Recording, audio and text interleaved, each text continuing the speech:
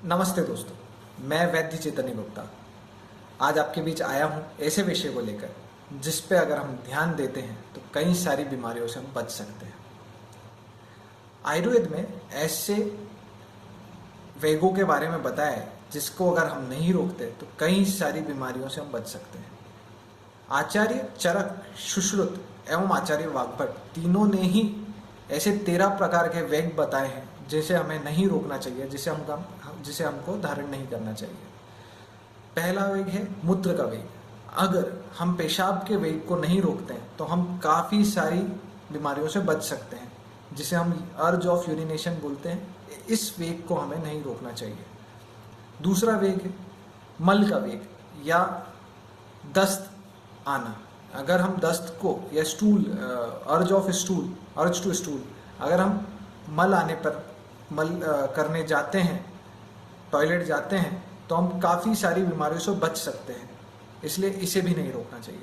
तीसरा वेग है अपान वायु का वेग, या जिसे हम पाद आना या नीचे से गैस पास होना ऐसा कहते हैं। अगर हम गैस पास होने से नहीं रोकते हैं तो तब भी हम काफ़ी सारे बीमारियों से बच सकते हैं। चौथा वेग है उल्टी का वेग या वमन का वेग, या जिसे बोलते हैं अर्ज ऑफ वॉमिटिंग की अर्ज होना। अगर हम उल्टी को नहीं रोकते हैं तो इससे भी हम काफ़ी सारी बीमारियों को होने से रोक सकते हैं, तो उल्टी के वेग को नहीं रोकना चाहिए। पांचवा वेग है छींक का वेग, यानी कि स्नीजिंग आने पर या छींक आने पर हमें छींक को नहीं रोकना चाहिए। छींक को रोकने से भी कई सारी बीमारियां उत्पन्न होती है। अगला है यानी कि छठा वेग है उद्गार, यानी कि डकार आना या ऊपर से मुंह से गैस का निकलना, है ना, इसे भी हमें नहीं रोकना चाहिए। इसको रोकने से भी बीमारियां उत्पन्न होती है या आशंका बनी रहती है। आठवां वेग है जम्भाई का वेग या उबासी का वेग, बकासी का वेग। जब हमें उबासी आती है तब हमें उबासी नहीं रोकनी चाहिए या उसे सप्रेस नहीं करना चाहिए किसी को के होने की वजह से। इसके रोकने से भी हमें कई सारी शारीरिक बीमारियां हो सकती हैं। आठवां वेग है भूख का वेग, यानी कि जब भूख लगती है और भूख लगने पे हम खाना नहीं खाते या टाइम पास कर देते हैं, वो झेल लेते हैं। आजकल ट्रैवलिंग में ऐसा करते हैं जनरली, या ऑफिस वर्क के कारण, ऑफिस लोड के कारण ऐसा करते हैं। ऐसा करने से भी, भूख को रोकने से या भूख को मारने से भी कई तरह की बीमारियां आयुर्वेद में बताई गई है। नौवां वेग है प्यास का वेग, यानी कि जब पानी की प्यास लगती है और हम उसे रोकते हैं तो उससे भी कई तरह की बीमारियां पैदा होती है शरीर में।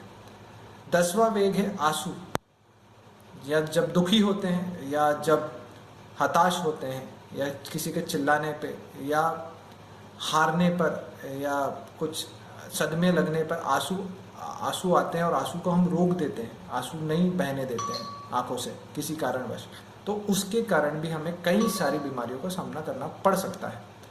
अगला वेग है यानी कि 11वां वेग निंद्रा का वेग। नींद आने पर या स्वाभाविक तौर पर नींद आने पर जब हम नींद नहीं लेते हैं पूरी तरह से, तो भी हमें कई तरह की बीमारियां फेस करनी पड़ती है। ऐसा आजकल की लाइफस्टाइल में काफ़ी देखने को मिलता है। अगला वेग है 12वां परिश्रम का वेग, या परिश्रम यानी कि बोले तो बहुत एक्सरसाइज करने पर या बहुत दौड़ने पर, जो रेस में जब दौड़ते हैं या बहुत मेहनत करने पर, बहुत काम करते हैं, तो ऐसे में जब सांस का वेग उत्पन्न होता है, जब श्वास चलती है शरीर में और उसे हम एकदम से रोक देते हैं, तो भी उससे कई सारी बीमारियां पैदा हो सकती हैं। एक आखिरी है वेग 13वां वेग, जिसे हम बोलते हैं शुक्र का वेग। शुक्र के वेग आने पर भी हमें शुक्र का वेग नहीं रोकना चाहिए। अगर हम इसे रोकते हैं तो इसके कारण भी कई सारी बीमारियां शरीर में पैदा होने की आशंका बनी हुई होती है। और अगर हम ऐसे वेग, ये 13 वेगों को बार बार रोकते हैं या आदत में बना लेते हैं, तो इससे कई सारी बीमारियां उत्पन्न होती हैं। ऐसा आयुर्वेद में बताया गया है और ऐसा हम कई सारे पेशेंटों में देखते भी हैं। तो आज हमने जाना कि 13 प्रकार के वेग ऐसे हैं जिन्हें हमें नहीं रोकना चाहिए। आगे आने वाली वीडियो में हम हर एक वेग के बारे में बात करेंगे कि कौन से वेग को रोकने से कौन सी बीमारी शरीर में उत्पन्न होती है या हो सकने की आशंका बनी रहती है। आशा करते हैं ये वीडियो आपको काम आएगा और आप ऐसे 13 वेगों को नहीं रोकेंगे नियर फ्यूचर, आगे के फ्यूचर में आप नहीं रोकेंगे और ऐसा अपने स्वजनों को भी बताएंगे। अगर आपको वीडियो अच्छा लगे तो कमेंट करें, या और इसके बारे में कुछ जानना है तो कमेंट करके जान सकते हैं। आप इस वीडियो को अच्छा लगने पर लाइक, सब्सक्राइब और शेयर करें। धन्यवाद।